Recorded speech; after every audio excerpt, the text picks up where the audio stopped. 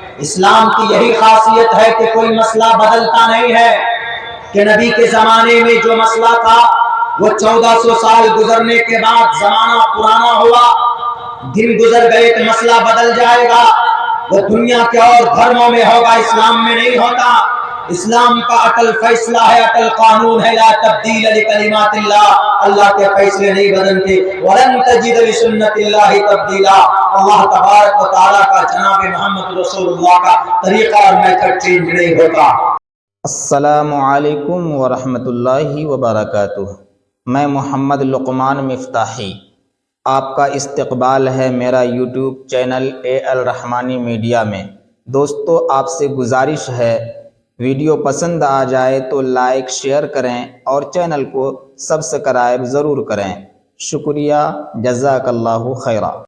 بھی کرتے تھے حضرت مفتی صاحب، ان کی ہمیشہ رہنمائی رہبری رہتی ہے حضرت کی، اور ان کے بعد اور بھی بہت سارے مقررین ہیں جو آپ کے محبوب ہیں، وہ یہاں آئیں گے اور آپ ان کی تقریر سے بہت کچھ آپ کو ملے گا، آپ اپنی زندگی میں اس پر اگر عمل کریں گے تو بہت منافع بھی ہوگا۔ تو آئیے کچھ دیر ہم مسجد کے تعلق سے بات کرتے ہیں۔ مسجد عبادت کی، سجدے کی جگہ کو بولتے ہیں، مسجد سجدہ کرنے کی جگہ کو مسجد بولتے ہیں۔ ہندو بھائیوں میں پوجا ستھان ہے، مندر ہے، مندر جہاں پوجا کرتے ہیں اور ایشور کی رضا کے لیے وہ لوگ ان کی بھکتی کے لیے اپنے پرماتما کو خوش کرنے کے لیے مندر میں جاتے ہیں۔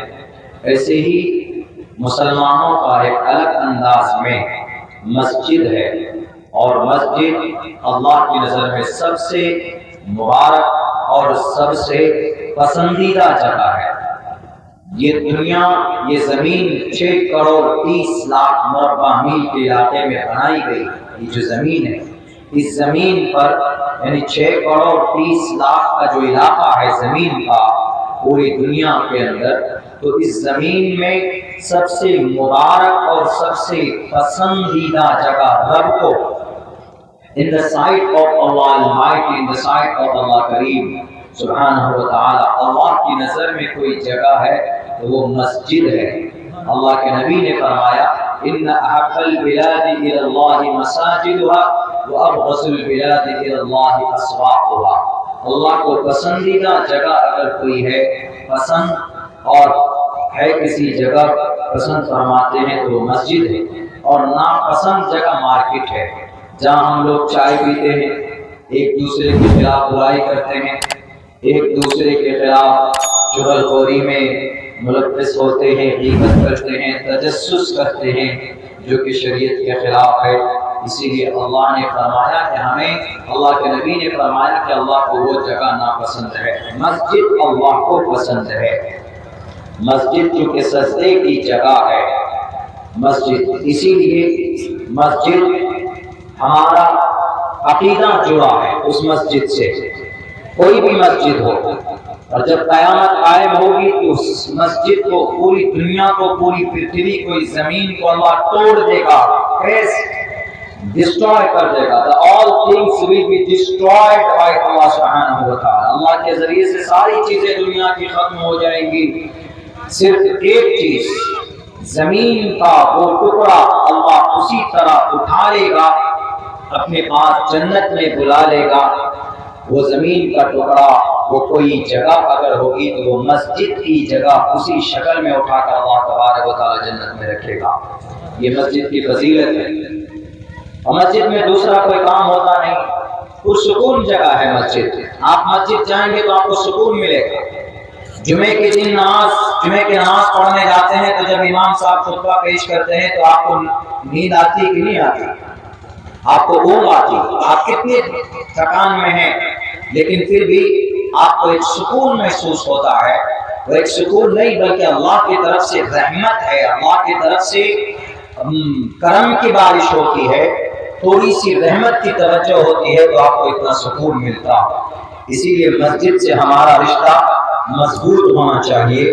مسجد عالیشان ہونا ضروری نہیں ہے، بلکہ مسجد کو اپنے نمازوں سے آباد کرنا ضروری ہے۔ تو اسی لیے جن لوگوں کو غلط فہمی ہو جاتی ہے ہمارے ملک ہندوستان کے اندر کہ یہ مسجد مسلمانوں کی ہے اور اس مسجد کو شہید کر دو، اس مسجد کو بلڈوز کر دو۔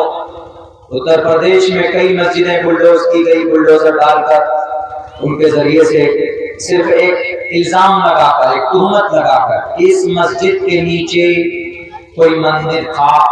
میرے ہندو بھائی آپ یہاں پر بیٹھے ہیں، شاید آپ کو معلوم نہ ہو، میں آپ کو بتانا چاہتا ہوں کہ مسجد بنانا، ابھی جیسے کہ MLA صاحب ڈاکٹر ایمان صاحب نے بتایا کہ مسجد جس زمین پر بنائی جائے گی اس زمین کا مسجد کے نام پر رجسٹرڈ ہونا یا وقف ہونا ضروری ہے۔ اور اگر کوئی مسلمان عبداللہ سالم یا کوئی بڑا آدمی اپنی طاقت کی وجہ سے کسی زمین پر ناجائز قبضہ کر کے یا کسی غریب کے گھر کو توڑوا کر اس جگہ مسجد بناتا ہے یا کسی مندر کو توڑ کر اس کو مسجد بناتا ہے اس جگہ پر، حضرت مفتی صاحب بیٹھے ہیں، مسئلہ پوچھ لیجئے کہ ان جگہوں پر مسجد بنانا جائز نہیں ہے، شریعت اسلام میں حرام۔ اب جو تہمت لگائی جا رہی ہے کہ بابری مسجد تو خیر وہ ہو گئی، بابری مسجد رام مندر توڑ کر، وہاں رام جنم بھومی تھا، اس رام مندر کو توڑ کر بابری مسجد بنائی گئی 1528 میں۔ 1529 کے اندر میں سنبھل جو ابھی جھگڑا چل رہا، وہاں کی شاہی مسجد کے نیچے بھی ایک مندر تھا، اس مندر کو توڑ کر مسجد بنائی گئی۔ مسجد بنانے والا کون؟ بابر کا نام لیا جاتا ہے۔ بابر مغل سامراج کا سب سے پہلا بادشاہ ہے جو مغل ہندوستان میں آئے۔ بابر کا ایک سپہ سالار میر تقی تھی، اس نے مسجدیں بنوائی ہے جتنی بھی مسجد ہے، لیکن یہ کہنا کہ مندر توڑ کر مسجد بنائی گئی، بابر کیا جاہل تھا، ان پڑھ تھا، اس کو اسلام کے بارے میں جانکاری نہیں تھی؟ کیا وہ شریعت کے بارے میں کچھ نہیں جانتا تھا؟ ایسا نہیں ہے، جانتا بھی تھا، اور ان کے ساتھ اس وقت دانشور اور علماء تھے۔ اگر بابر نے کسی مندر کو توڑ کر مسجد بنائی ہوگی تو جو شریعت کا فیصلہ آج ہے وہی شریعت کا فیصلہ اب سے 500 سال پہلے تھا، وہی مسئلہ نبی پاک علیہ السلام کے زمانے میں تھا، اور وہی مسئلہ نبی کے بعد صحابہ کے زمانے میں تھا، اور صحابہ کے بعد حضرات تابعین کے زمانے میں ہے۔ اسلام کی یہی خاصیت ہے کہ کوئی مسئلہ بدلتا نہیں ہے، کہ نبی کے زمانے میں جو مسئلہ تھا وہ 1400 سال گزرنے کے بعد زمانہ پرانا ہوا، دن گزر گئے تو مسئلہ بدل جائے گا، وہ دنیا کے اور دھرموں میں ہوگا، اسلام میں نہیں ہوتا۔ اسلام کا اٹل فیصلہ ہے، اٹل قانون ہے، لا تبدیل لکلمات اللہ، اللہ کے فیصلے نہیں بدلتے، وَلَن تَجِدَ لِسُنَّتِ اللَّهِ تَبْدِيلًا، اللہ تبارک و تعالیٰ کا، جناب محمد رسول اللہ کا طریقہ اور میتھڈ چینج نہیں ہوتا۔ اس وقت بھی عقیدہ اسلام کا یہ تھا کہ اللہ ایک ہے، آج بھی پوری دنیا کے مسلمانوں کا یہی عقیدہ ہوگا اور ہونا ضروری، اگر یہ عقیدہ نہیں ہے تو مسلمان نہیں ہے۔ شریعت اسلام کا کوئی بھی قانون پرانا نہیں ہوتا، بدلتا نہیں ہے، اس میں سنشودھن نہیں کیا جاتا۔ جیسے ہمارے mister prime minister mister Modi ji, ان کو جو بھی مسئلہ بدلنا ہو، قانون بدلنا ہو تو سنشودھن لے آتے ہیں اور پھر اپنی طاقت کے بلبوتے پر قانون بدل دیتے ہیں۔ اسلام میں ایسا بالکل نہیں ہے۔